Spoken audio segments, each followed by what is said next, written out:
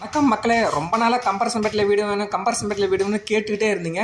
உங்களுக்காக கொண்டு வந்திருக்க, உடனே புக் பண்ணிக்கங்க. வாங்க நம்ம வீட்டுக்குள்ளே போவோம். வீட்டுக்கு முன்னாடி பார்த்தீங்கன்னா போர்ட்டிகோ இருக்குங்க. 8க்கு 10 சைஸில் கார் பார்க்கு, வீட்டோட என்ட்ரன்ஸ் ஒரு நல்ல கிராண்ட் லுக்கு கொடுக்குதுங்க.